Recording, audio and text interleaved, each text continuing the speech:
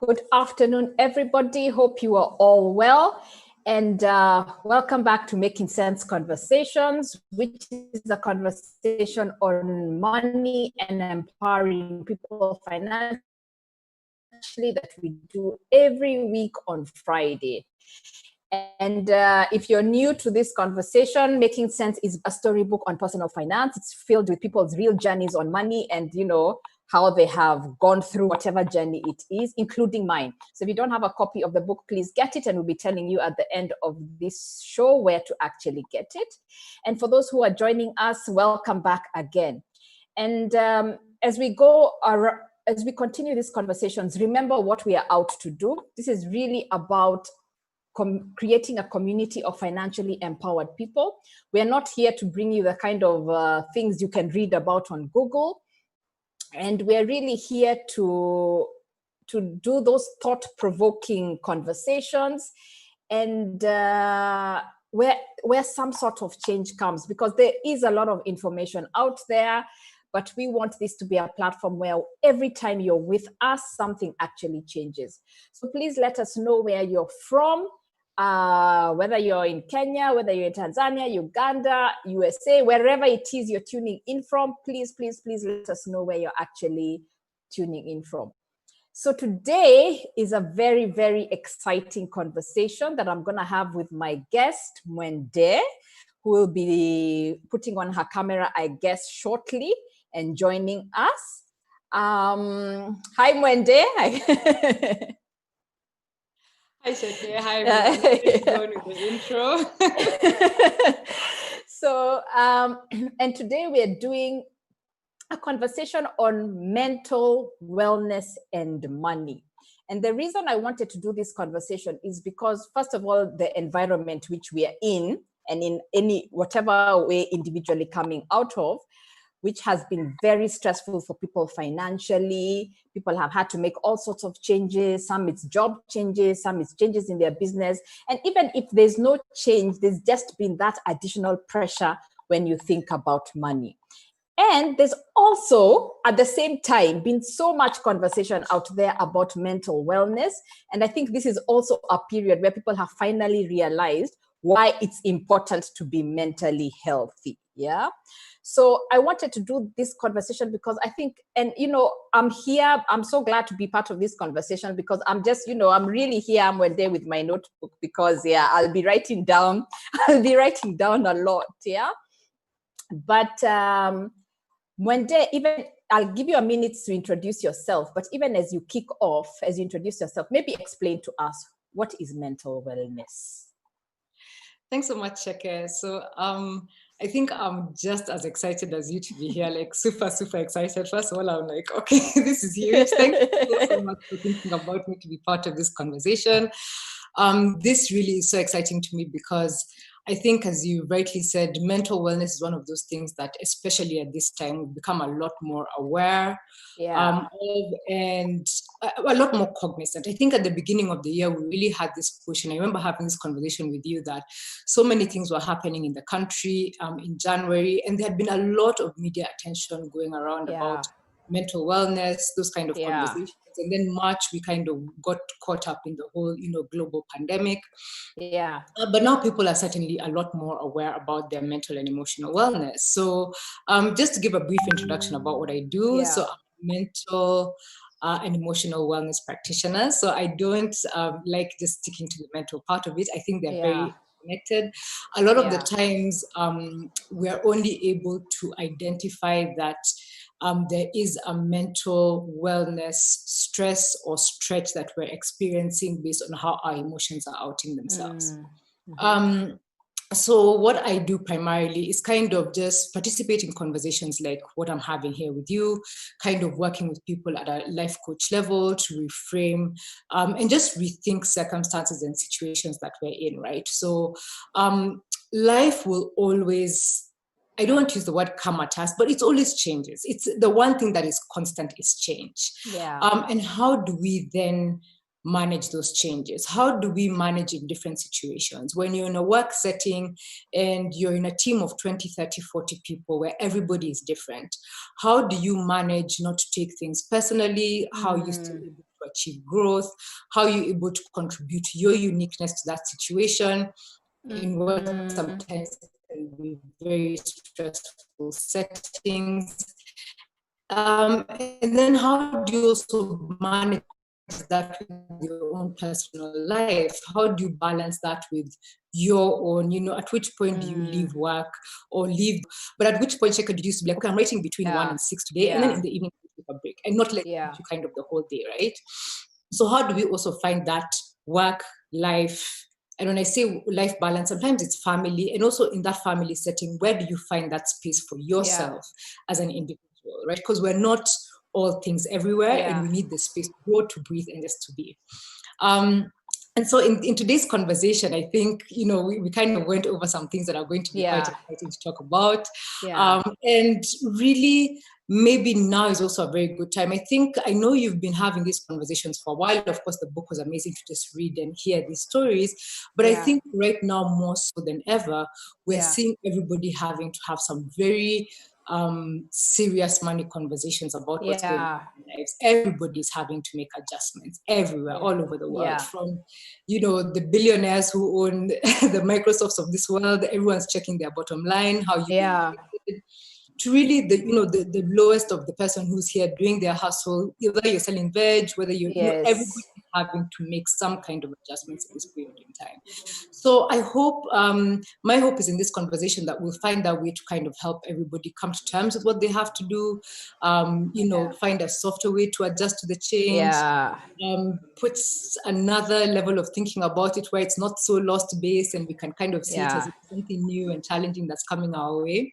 So I'm really, really happy to be here, and I hope I haven't left more questions than No, you'll definitely have left questions. And guys, as you're watching this, please post your questions as quickly as you can, so we can try and actually start to answer these questions. And remember, these conversations we have, imagine us they're not overly scripted. Imagine us being in your living room. Imagine us having lunch together. Imagine us having a glass of wine together, if that's what it takes. This is the kind of conversations we have, because we want to go where, when you're just looking at it from a very theoretical point of view, you don't go, especially what you're talking about. And Mwende, you said something about not taking things personally. Now, this is, I think, the first thing that has affected us when we think about wellness and our relationship with money, because I think when we're joining the two, what we're really questioning is, what is the relationship with money? So these are the scenarios. My business has gone down, my job has gone down, or my title has gone for whatever reason, or I have to move from neighborhood A to neighborhood B. Some people are like, I have to go back to my mother, eat humble pie, and move back into her house. But I think what has happened over time with money, with success, the way we have labeled it, Mwende, which is all these things. Maybe you are driving a car and now, there's no car to speak about, or you need to go and negotiate with the bank. Some banks have opened that, but you find people don't even want to make that move. And I think Mwende, maybe it's a time for us to start thinking, did we have a mistaken identity from the word go? Even when things were okay for a lot of us. When we had that title, we had that salary, that business was going well, we were able to go out there and talk about how we are doing well and be seen to be doing well. And I think what it has shaken for a lot of us, Mwende, is all these things cannot be our identity. And in the book I talk about, there's something I write about who are you without the money? And I think COVID, which was nice, for a long time, that was a nice thing. People are like, I love your article, But COVID has forced us to actually face it, You're in your house, there's nobody to go meet to make you feel good. So sometimes I wondered, is the truth that is coming out, and why we are mentally affected or emotionally affected is because our source of identity was all these things, which pretty much can be shaken. If I have 1 million, I'll still want 5 million. I'll still want 10 million. I'll still want 50 million. So that cannot be the source of my stability. And we now have to look at and form a different muscle that maybe we didn't form before. Certainly. So let me tell you what, Waceke, I completely, that issue of identity, money, and things, and or and things really are afforded by money. I think it's such a huge part of us, right? So I can even just speak about my own personal experience. I think it was maybe about 7 or 8 years ago. I was kind of between jobs, right? And really it was a long break that was taken, almost about 11 months between when a contract that I had ended and I found my next spot to be. And let me tell you, going for social that time that I realized the script that we use is always the same. You get to a place, you're meeting new people. So where do you work? Or even guys you've not seen in a long time. So where are you now? Then you're like, nowhere. And you're like, oh, okay. So, and you know, how's your partner? And you're like, oh, I'm not married. Okay. Kids, no. So we have these check marks that everywhere you go are what we use as our identity, right? And then you leave this and enter a certain car that says something about you, and go to a certain address that says something about you, right? So in many ways, you're not even having to open your mouth to communicate how well or not you're doing. How many times have we seen somebody driving off in a car like, hey, I didn't realize Waceke was doing that well. Kumbe things are like, you know what I mean? And we've communicated it just by how you're dressed, what you're driving, where you're going on holiday, and these things are afforded by money. So money had a very and has a very pertinent role in how we present ourselves, in how we create the identity. This is how I'm going to look. This is what I'm going to write. This is what people are going to think about me, and it's going to be afforded by money. Okay, so when money is taken away, how do you then communicate this? Who are you? And especially if you had also believed these things about yourself. If you are like, this is who I am. Me, I'm a successful, Mercedes-Benz driving businesswoman. Like if you have also like internalized and that is also your truth, how then do you start changing that narrative? How do you then strip that bare completely? Okay, the money I have now is actually just for basics. It's for really survival. It's for my basic needs. I just need to make sure there's a roof over my head. The address where this roof is doesn't matter. There are clothes on my back. The labels of these things don't matter. Point A to B. Am I now cycling? Am I walking? Which is also helping get fitter. Am I like, we're being kind of brought back down to basics. Really figure out who are you without money. Right? It's Monday. It's like we're being asked to peel the orange. Peel, or the onion. Actually, it's the onion. It's actually the onion, so we can get to the core without all these things. And you see, we entered a system where we were told these are the grades you get, then you go to university, then you get married, you get a good job, you buy a car, you get a mortgage, or you start a business, you have many kids, they should do this. This is what legacy means. So there's that checklist here. And now the checklist has been disrupted and we can't feel ourselves. And I have a comment saying that this is so important for entrepreneurs. And I remember when I started my business one day, it was the worst financial period of my life. So I had peeled the onion back to go. I felt like such an imposter. So maybe we've been living an imposter life, and now we've been caught because a lot of us suffer from imposter syndrome either way.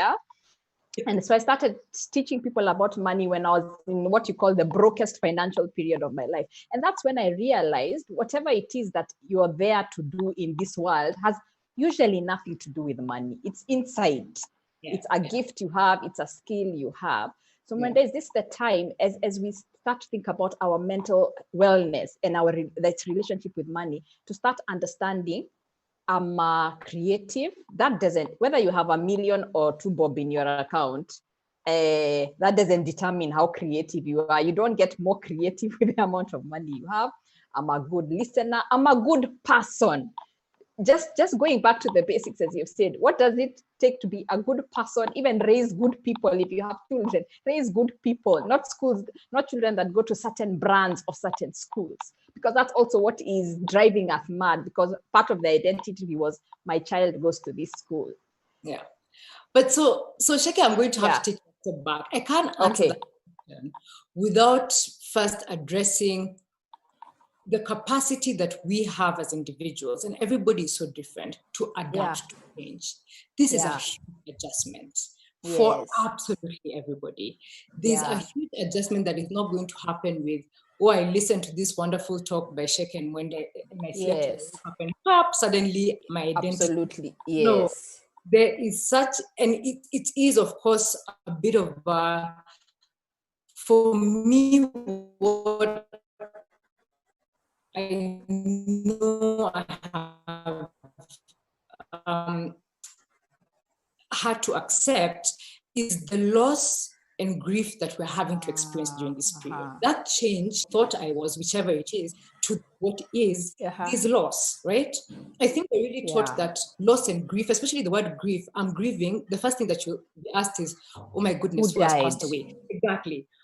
It's so unnatural for us to be like, I'm just grieving, like that house that I finally thought I was going to build this year, that money is now gone.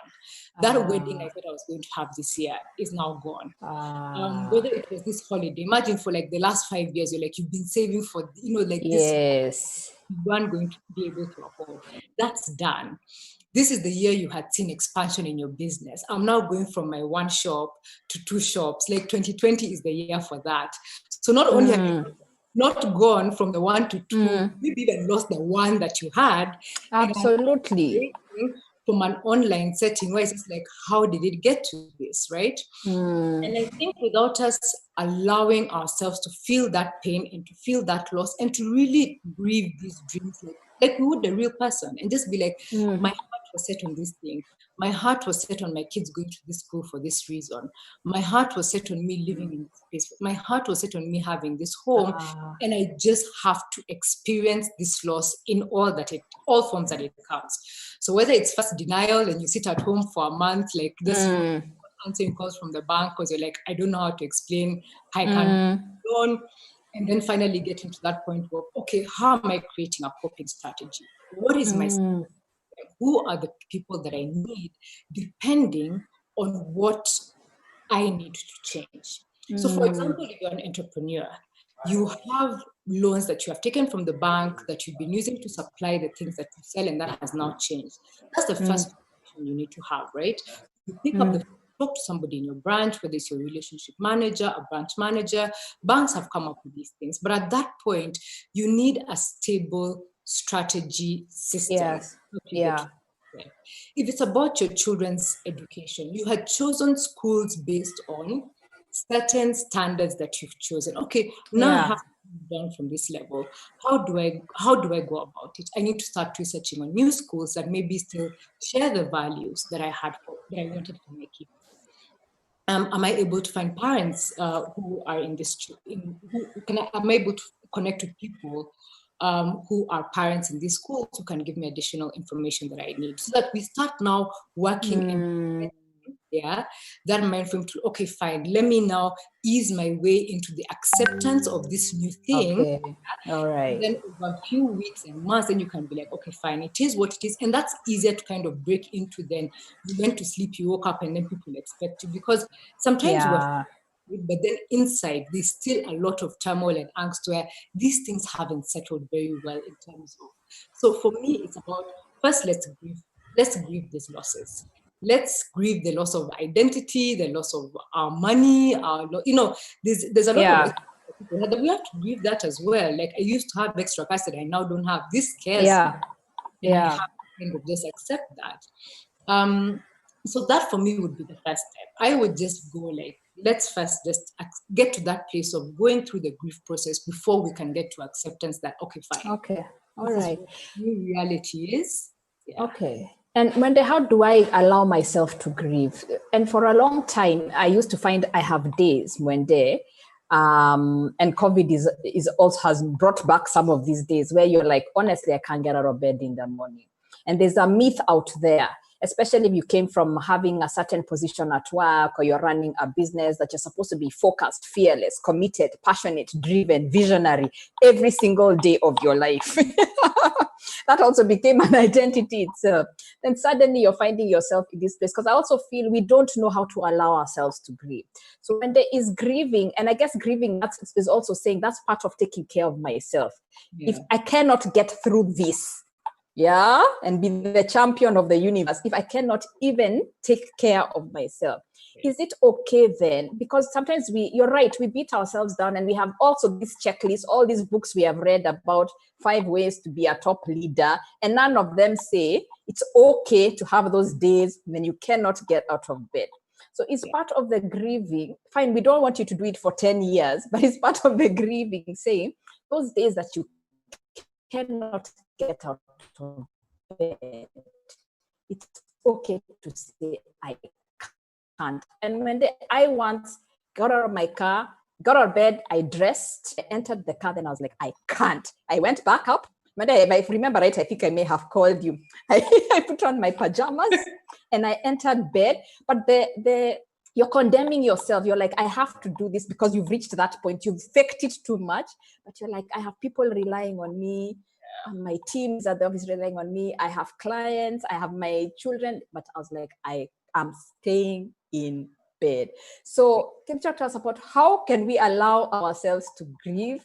Even traditional roles, sometimes men don't cry. Boys are not allowed to cry. Yeah. So even those roles sometimes stop people from telling their wives or their children, imagine today, I have provider role X out. Yeah.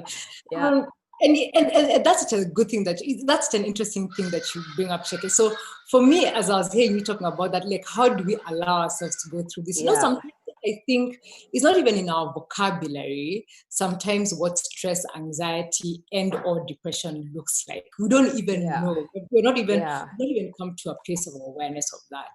Right now, we're definitely in. So for me, I always think of the 3 different definitions of stress. There's positive stress. I think use the word stress to always have this negative connotation. But remember, stress is a natural mental, it's a biological process that is based on fight or flight, which is a normal human process. Your brain perceives danger, right? So, and this really, when we're talking about the most, the Neanderthal man, so to speak, right? Yeah. You perceive danger. Here's a lion running towards you, or something that is going on. Your brain perceives the stress. A message is sent out. Create cortisol. This is adrenaline. Create cortisol to give you the adrenaline that you need to fight or flight, right? And we even hear these stories until now. You'll read it, open the paper one day, just read, 12-year-old boy kills cheetah with bare hands. That's positive adrenaline. That's positive. That's the definition of positive. This guy was in fight or flight. The body did what it was supposed to. It created the hormone that the body needed to do it, and it got done.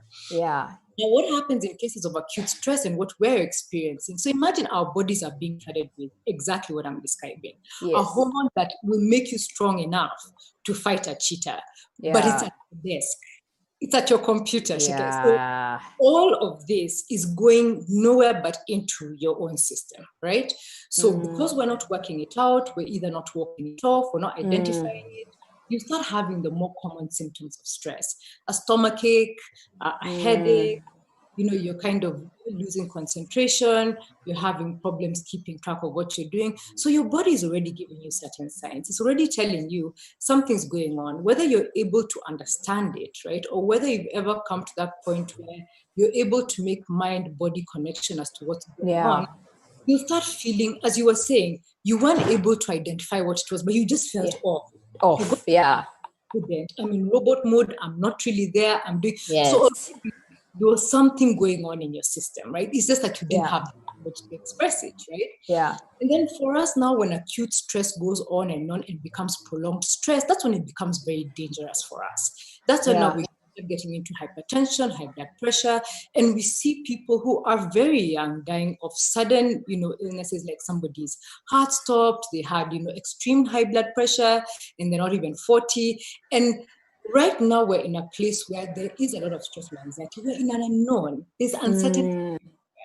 And because we are a generation, especially I think maybe in the last 20 or 30 years, that is very financially, we were very empowered. I think the internet made us very empowered, and we know a lot of things. So we had this idea that we're in control of our destiny. The output is going to depend on what I put in. What I do. Yes. if I keep doing this, this is going to be the outcome. Yes. If I continue posting on my Instagram every day, the viewers will increase. Yes. If I keep on, calling these 50 guys, 40 will eventually give me business. There was a formula that we were using. Yeah. Now, that formula is gone. Yeah. So we're in uncertainty, there is anxiety, yeah. we're just not sure what and so our bodies are reacting in exactly the way you're describing. So for some people, like you can't get out of bed. The days you're just like, my body is just telling me, forget it. Yeah. And that's maybe because you have one of those minds. Yeah. But you've not been doing anything. Your mind, I don't know, hold book Waceke. Because that, like, for example, you're holding your mind. So to me, like, Waceke just looks like she's doing nothing. So this is this is positive adrenaline that was in work. There you go. It's just that the process doesn't look that way to us. Yeah. Then there are people who are like me. I have to always keep busy. I have to keep moving. Yeah. My hands, I have to be one place here, one place there, looking at, Mjengos, looking at this and that. Yes. They're coping. Then again, how does your body then start telling you? Is it a change in how you're eating? Are you consuming more? Are you drinking more than you used to? And again, so I actually thought that there is another way that money can tell you kind of what's going on with your mental wellness. Yeah. If you look at what you're spending on, suddenly, are you spending a lot more on alcohol now than you were maybe before March? Are you spending a lot more on online shopping that's giving you some level of gratification that you want before then? Yeah. So money can also give us clues as to how it is that we're coping and where it is that we're looking for our comfort, because self-soothing is also a very normal human reaction. We soothe ourselves in very different ways. Yeah. Yeah. You'll binge watch a show today. You'll be like, I'm going to watch, one season of whatever, and I'll feel yeah. But there's still that financial component to it. So, sorry, just to go back to your question. So No. We have to. I think it's a very good place for us to start identifying and getting in touch with our bodies. How does stress, anxiety, low-grade depression, and I don't want to use heavy words, or just sadness, a prolonged loss, what does it look like and feel like to me? And as you said, for partners, it's different. Maybe culturally, men are not allowed to show these feelings. Yes, yeah. For women as well, like, but nyumba ni ya mama ndio atakuja yes. Your family. I think that kind of language is there everywhere. So it's about listening to your body, listening to your mind. Like, if you're not just being told you can't get out of bed, we can't get out of bed, or you're not sleeping. I mean, you're going day after day without any sleep, and it's just running you ragged. That's the point to kind of checking, okay, fine, what do I then need to do? What are the coping strategies I need? What is the I need? Is it that the financial is bothering me? Let me talk to a financial advisor. Is it that I'm not sure about how my family is going to, settle in with all this?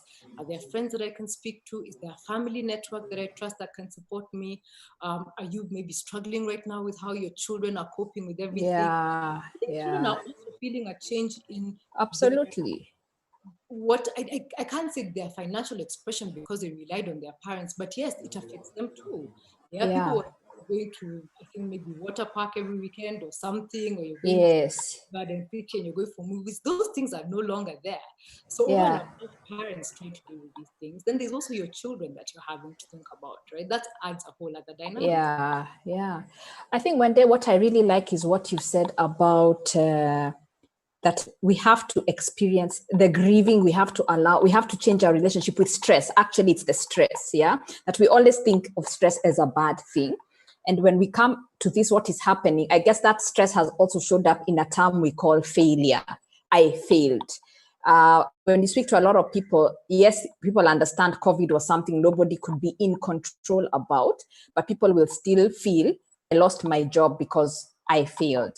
My business went down because I failed. You couldn't have predicted COVID and that your restaurant will be closed down. But when you talk, especially entrepreneurs, they're like, it's me who failed. I can't pay my employees.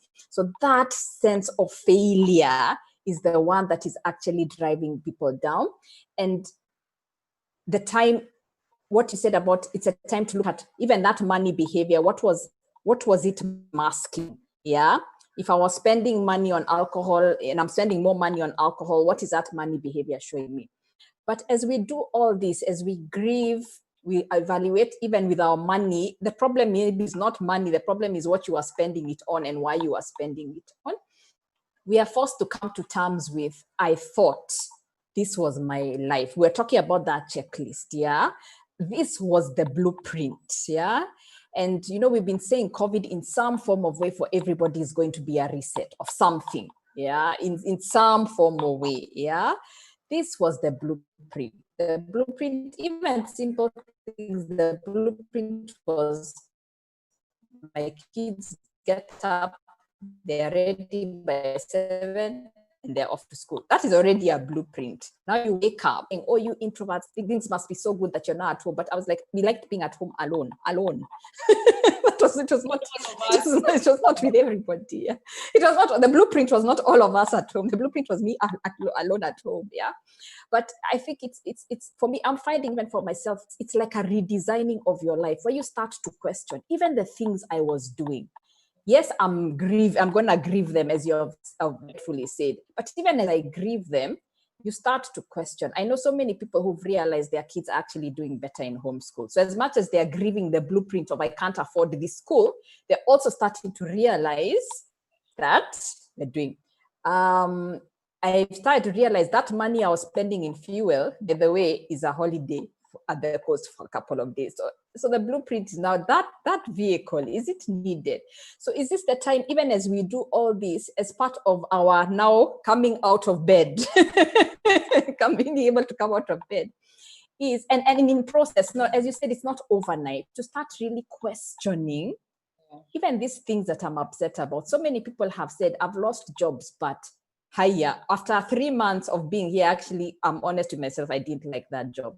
And there's a comment from Amina who's saying that these days have actually been a blessing in disguise. She's never been so peaceful and broke at the same time. So like what Amina is going through, is it like a rewiring? Is there a rewiring going on in our emotions, our minds, and the blueprint? When I liked the term you used when we were talking, reverse blueprint, yeah? Scratch it, tear off the page, and redesign again, yeah? Completely. And yeah, and that for me was such an eye-opener, because I've always been, I think, Sheke, you've kind of known me. Yeah. I'm also considered I'm somewhere between conforming and non-conformist. But on the whole, I think from a very traditional setting, the people who've always found me like, why aren't you just following the line? Why can't you do things when other people are doing it? Why can't you like live your life in a certain way? I think I was saying to you, what I know is almost like at a universal level that, you get is that we're all told. It's worldwide. You're born, you go to school, you get good grades, measured against the same thing. You go to university, kind of discover yourself during this time, come back more well-adjusted than when you left. That's an expectation. You can't come back wilder. That's unacceptable. Come, whether it's in a bank, whether it's in, and even then when we were coming from university, there was pressure to get a job in a named institution. Where are you working? It has to have a name. You can't just be like, on the INC. Guys will be like, oh. This that we've been given. Okay, then you get married, then you have a child, and then you have a second child. Like even that one child is not enough. Paul was like, oh, so the second one, then maybe after that is when questions that come. Oh, which school are they going to? Oh, which subjects are they taking? Which universities are you planning for them to go to? It keeps on. It kind of doesn't stop, right? And this is just the set way we're expected to do things. So now, even when we talk about loss and grief, it's about first telling people, okay, so that blueprint, it's now been cancelled, whether you want to accept it or not. The blueprint, right? Yeah. For example, yesterday I attended via I guess, is it Zoom? I think it was live. A funeral of a close friend of ours. And I remember sitting there in my room and really having the entire experience of this funeral and thinking, why can't we do things like this? Like, why can't this be the way we do things in future? You know what I mean? I know there's a place for us. So again, this is now asking me, when you talk about those shifts in what we've done, what would happen if we just allowed a small group of family and friends to be in the church, and then the rest of us will just watch and pay our respects from where we are, because that's what we do anyway in the church, right? If you've ever been for those funerals where, especially with somebody popular, and Paka, you're spilling out until past outside the doors, you might as well have been at home online. Yeah, are we ready to kind of accept that you know what, I'll be able to pay my respects and feel what I'm feeling as much from here as I can? You know, I've been having different talks with different organizations, and I think now everything had changed. A couple of months ago, we had kind of started encouraging people to go back to work, right? Organizations that kind of been like, we need to start filtering people into work, but then our numbers again have started increasing. But at that time, what I was encouraging a lot of organizations to do is like them, who actually thinks they're striving for working at home. You know, the same way that you're saying, you look at some people look at the children and realizing this one actually doesn't need school. This one, as in, is fine working from here. So as an organization, do you have somebody who has been able to identify, actually, here's my productivity before, or what I was able to do before. This is what I'm able to do now that I'm working from home, and show in very clear black and white that, you know what, I'm more productive at home. And as an organization that you can be adaptable and say, okay, fine, then I'll let you work from home, without it being like, what? You're not going to be in the office, like, Nana, I won't know what you're doing all day, every day. Because, you know, sometimes the office is like that. And it's the same way also in our personal lives, looking at what we're doing and how we're living and saying, okay, was this really an important thing that I used to put so much of my time into? Is this an important, I think for you and I, the conversation we're having is like, okay, now do we really need to live in Nairobi? Do we really, really need to live in Nairobi? Yes, right? yes. And that's so, yes. The first time we had that conversation in Waceke was, I think, in 2012, just before the counties came into play. And I think that was do we all need to be Nairobi? Are we able to finally get out of Nairobi, depopulate a very congested city, and just start being able to work and survive outside? Now people are asking themselves that question, and it's like, okay, so if you're leaving, and I remember I told you, I don't know what I do with my staff. So you see, I have all of these things that I'm like, now I might be banana with all of you to Nyeri or wherever I'm going, or like, you just leave some things behind and then just see how you're able to cope. So there's a reset, there's a challenge that everybody is kind of being put into, like, what is the real, and if not the real you, or even just what are you able to adapt? What was there before, it doesn't mean that wasn't real. That was just real for the time. That's what was real at that time. We're not in a different time. So what's the real now? What's the real for now and for this season? Okay, so that we don't also do that thing of regret. If you realize this is the blueprint or the new way, you don't say, oh, I wasted 10 years doing that. That was what was needed for the time. Exactly. And if I can just speak to that issue of blueprint, because when it comes to financials, I think a lot of people will find you're stressing about money because you're still trying to make money fit into the old blueprint. And I remember even when I started writing this book and I started Centonomy, my first blueprint was lunch money. And I kept saying, I realized 300 bob every day. Instead of spending that on lunch, that is a holiday at the end of the year. So my blueprint is lunch is holiday. So for all of us, it's to start figuring out what is that blueprint. You mentioned funerals. And I think us guys, as Africans with our culture and everything, we really have to start blueprint of culture starting to change. Because a lot of stress on the family, friends, is put around raising money to cater for people who are coming for the funeral. It has really nothing to do with the person that died or the family itself. It's we're raising millions because we're going to have to spend on food, who has to be transported where, and weddings as well. Exactly. And weddings as well. So the new blueprint is actually log in online. There'll just be a few people and everybody, and you can pay your respects in a private and more meaningful manner to all of us. As I was saying before, it's to look at spending time. I think as for me, when it became everyone is working online, it was a dream come true. 3 hours or 4 hours per day in traffic, the fuel cost, the time cost, the energy cost is so expensive. So you could find yourself, you're earning less money, as Amina was saying, but you're more peaceful. Because even if I show up for a meeting at 9, I haven't spent 3 hours on the road prior to that meeting. I show up, I'm stressed, I'm tired. Yeah. And as we define this blueprint, I think we're now starting to go, and we go back to what we started talking about in the beginning. Who am I? Yeah. Is going to be very based on discovering what my values, what is really important to me. There's a time I told somebody I was going on a trip and they did what you were saying one day. Oh, you're doing so well. You have so much money. I asked him, how much money do you spend in the bar? When he did the calculations, I kid you not, you're spending close to 1 million shillings a year in a bar. Yeah. Nice. So like my trip is costing nowhere near that. So we've got to also rewire what we think doing well and how doing well is achieved. Yeah. And I think for us, yeah, so you see someone doing something, they didn't go that day and there's huge money in the savings account and pull it out and go. It's it's a process. Yeah. And it's a habit. Again, it's creation of a habit, and it's the change of a habit. So it's about saying, so for example, like the friend that you're describing, that every time I go out, whether it's on Friday or Saturday or Sunday or whatever, I'm spending, for example, 10,000 shillings a night, right? Yes. So how can I change that and just be like, okay, I'm going to go out. I'm not going to deny myself these things, because there's something that being out and spending this money is, right? It's not about denying yourself the things that you enjoy.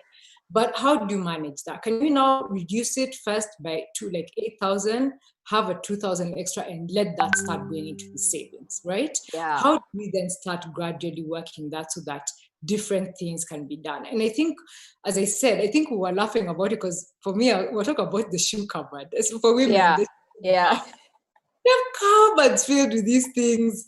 And I'm sure if I was talking to a shop today and see a pair of shoes, it would be hard for me to, and yet there's so many shoes that are here. So you completely understand how there are things that we've kind of accumulated. And yes, so back to that thing of identity, what does it do for me? It makes me feel a certain way. It gives me a certain joy. It gives me a certain level of satisfaction. But how can I start balancing that out now? So fine, buy your shoes, but buy your shoe and say, this is my shoe budget for the year. Yeah. Whether I buy all of those shoes in January, or if I spread it out and wait and see what are the latest fashions coming out between January and December, that's not up to me. Once you bust that budget, right? Yeah. And maybe for lifestyle things like going out, drink, that one is a bit more different, because that one has to be you can't finish your whole budget for like outings in January. Then what? That's just setting yourself up to fail. Yeah. So it's about making those small changes. And of course, the mind, it's about relearning, right? Everything spoken to prior to this has been learned behavior. Human beings. I mean, everything we've gone through our life, we were taught, wake up at 6, wake up at 6. Like from when I was a kid, and I'm not a morning person, but there's no option. You have to wake up at 6 because at 7, the car or the bus is leaving to go to school. At 7:45 or 7:40, you're in parade. You're not in parade, you're in trouble. And that's just how at 2:45 we finish and you go home and you start your homework. The world has been set on some things that we had to be taught, whether you're able to cope with it or not. It's just that when you get old, you now start figuring out what works for you.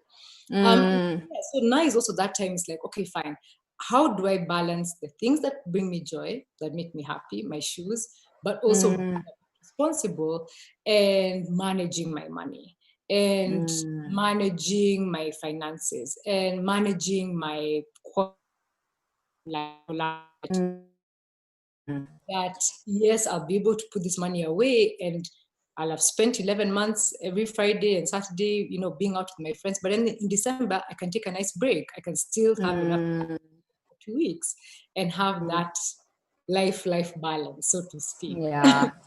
By the way, we've always told people, even when we're teaching about money at Centonomy, we're not here to tell you don't enjoy life. Yeah. So we're not here to tell you never go out, never have a holiday, never drive a nice car, don't aspire to live well. We're not here to tell you that. But there's a way it becomes so much that it starts to consume us.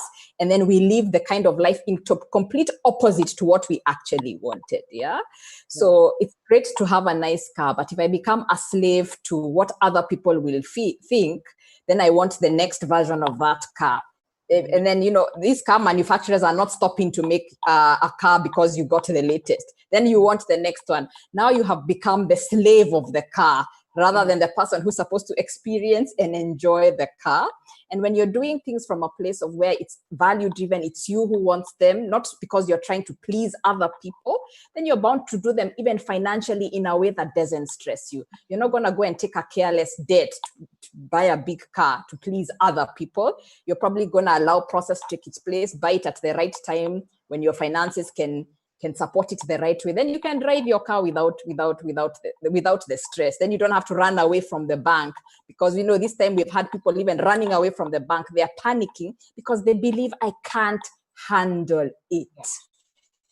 And I think when you start living a value-based life, you get rid of that myth, I can't handle it. Mwende, as you are talking about your shoes, are they making so much noise in the house? Why? And I'm like, why do we have 40 plates, yet we only use 5 of them? And it's really to start questioning all this stuff we have, or we think that we should have. Is it promoting our life wellness? Let me not even call it mental wellness. Or is it the cause of noise that is distressing you in the morning? Yeah, I'm so clear by the end of this month, those people have gone. Let me give them away, but they are causing me too much stress. So we just have other things in our life that have caused us stress, whether it's things we spend on, whether it's busyness. Yeah. So Mwende, do you have any tools for people to, this has been a good conversation where we've gone all the way from identity to what are you hiding behind money, to values, to just start getting a grip and having confidence in themselves. By the way, you can handle it. You have to go talk to the bank and deal. You can handle it. You have to go talk to your family and be honest, because there are a lot of people I know who've not even told their family the kind of changes that are coming or need to come. Yeah, we sometimes we live in this way where one day a deal will come and sort out all my problems. Yeah. So that they can feel, I can handle the conversation. I can handle the change. I can handle the negotiation with the bank. Yeah.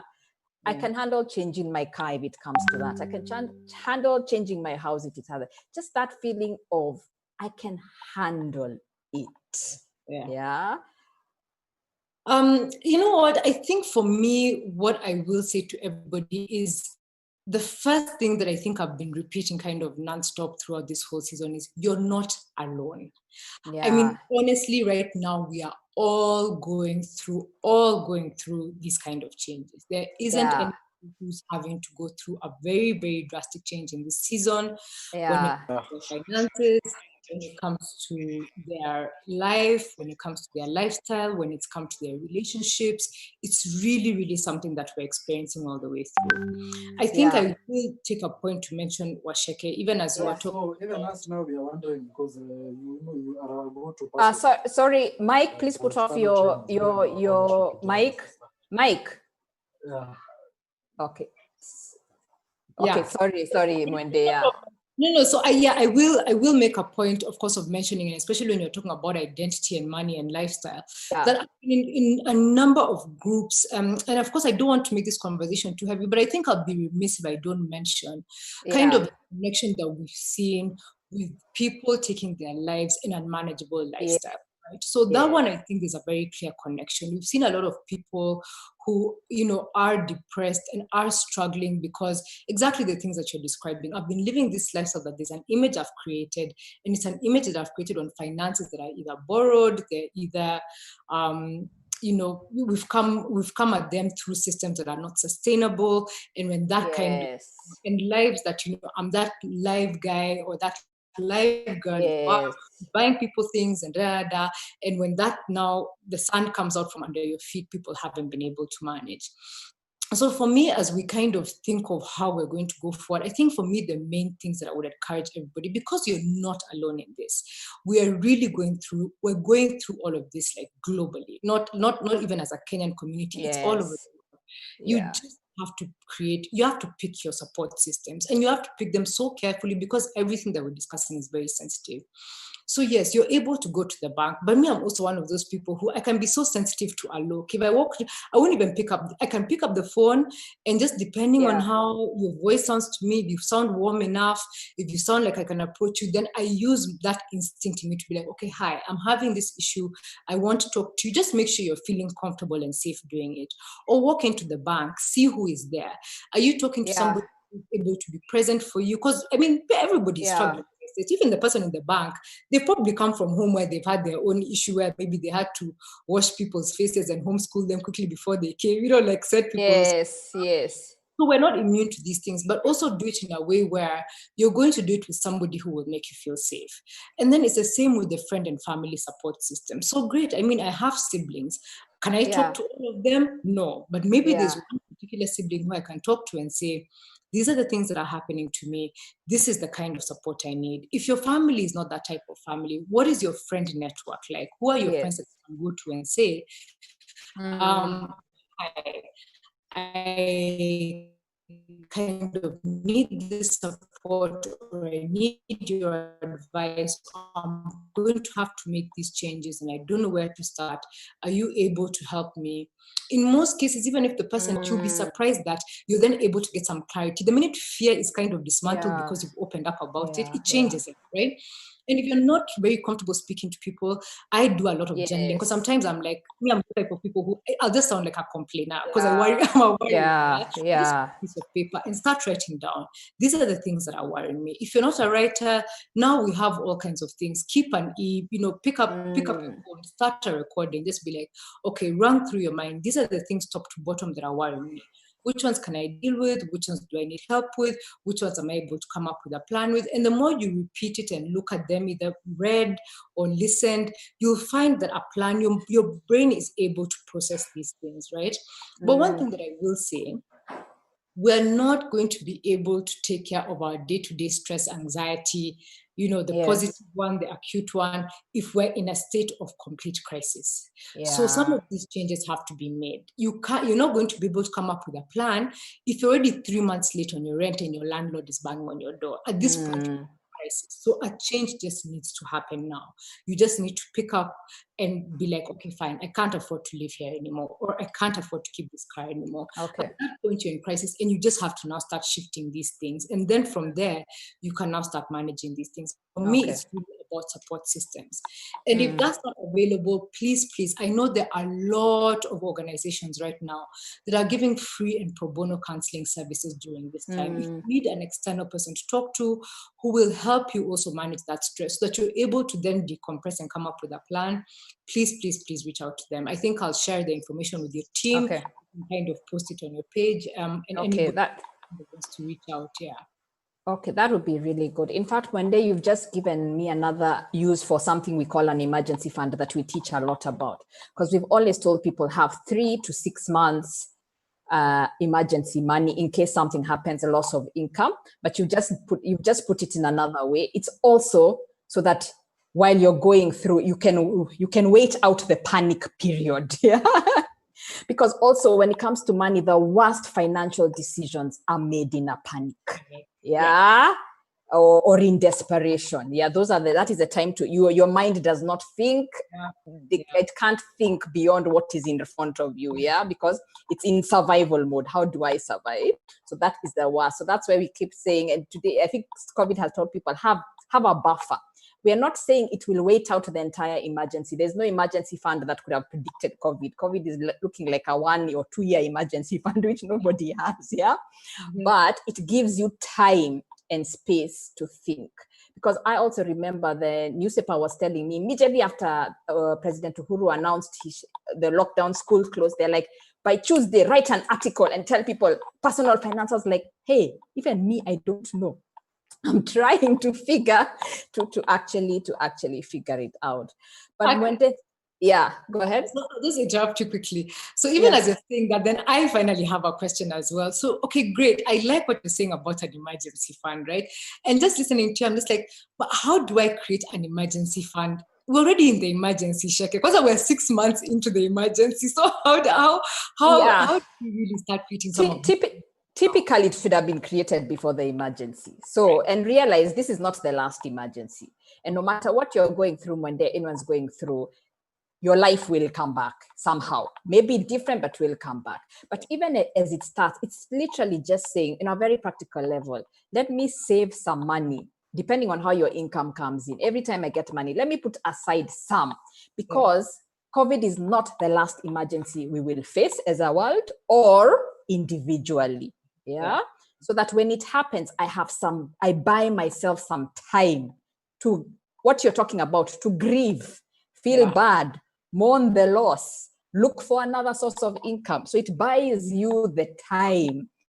So you can pay your landlord. So if you now know you have a roof over your head for the next 3 months, it buys you some peace of mind to do some thinking about what you need to re-engineer. So it's when the money comes back in your life, put money aside every month. And remember, the emergency could be even stuff happens, your car breaks down, you need to go to the hospital. It could be stuff like that. But Mwende, thank you so much for today. I know we could have continued for another hour, but we've run out of time. My take homes have been that as we go through this, we are not just talking about money here. We're not changing how we approach our life. And that's why these things come together. So to this conversation, we've gone from first understand even the blueprint you were following before. Is that what you want? But even as you do this, it's not overnight. As you said, we have not given you a pill today and told you, after this, it's all systems go. Allow yourself to actually grieve. So that has been a big take home for me. And also to start questioning, what are the values? Even these changes that I have to make, are they that drastic, or am I operating off the old blueprint? So Mwende, thank you so much. I don't know if you have some parting shots for our listeners today. I mean, honestly, first of all, just thank you. Thank you so much for having me. This has been such an honor. It's been so great. I mean, thank you for everybody who logged on to listen. I really, really hope, you've been encouraged by this conversation. And again, for me, it's just mainly just for everybody who listened and to take away that you are not alone. There is no perfect way to get through this. As Sheke said, we'll get through this. There's an after, right? There is going to be a life after this. What it looks like, we're kind of all going through the process. So the same way Sheke is like, I also didn't know what it looks like. Even us, we're kind of figuring things out day to day. But you're not alone, and there's a huge support system that's kind of out there willing to work with you. So whatever you take away from today, I think it's mainly just don't feel lonely in whatever process you're having to go through. And we're all going to come out on the other side of this. So thanks so much again for having me, Sheke. Thanks to your team. Right. Thank you so much, Mwende. Guys, if you want to know where to get the book, the details are now on screen. You can call that number from wherever you are, and it is online on Amazon and Rafu Books and Nuria Online. And right now in Kenya, the physical bookshops, Yaya Center, Africa Book Hub, and Prestige. As the borders are now opening, we are going to start getting the book physically into some of these other markets, but that's actually where you can get the book.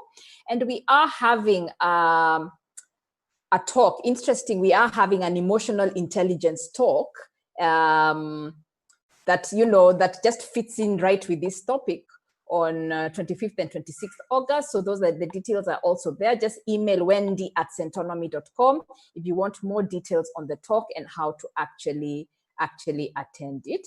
And even as we wind up, I'm just being reminded that we are learning that there's no money, do work, do business, and then I'll do mental, I'll do health, I'll do taking care of my body, taking care of my family later. Everything has come full circle, and we are realizing they are all connected. So even as you go out and continue to make new plans or continue with the other plans that you actually had, remember to always take care of yourself, because without you, nothing is actually going to happen. So please do take care of yourself. So thank you, guys. Thank you so much. We will be taking a break next week, Friday. So our next segment of Making Sense Conversations is going to be on the 28th of August. We will be having a conversation on personal finance. It's just a conversation on personal finance. So please log on then. So Mwende, once again, thank you so much. Have a good weekend, everybody. And remember, you can get the book in the meantime to start helping you on this journey. Have a good weekend. Bye. Thank you.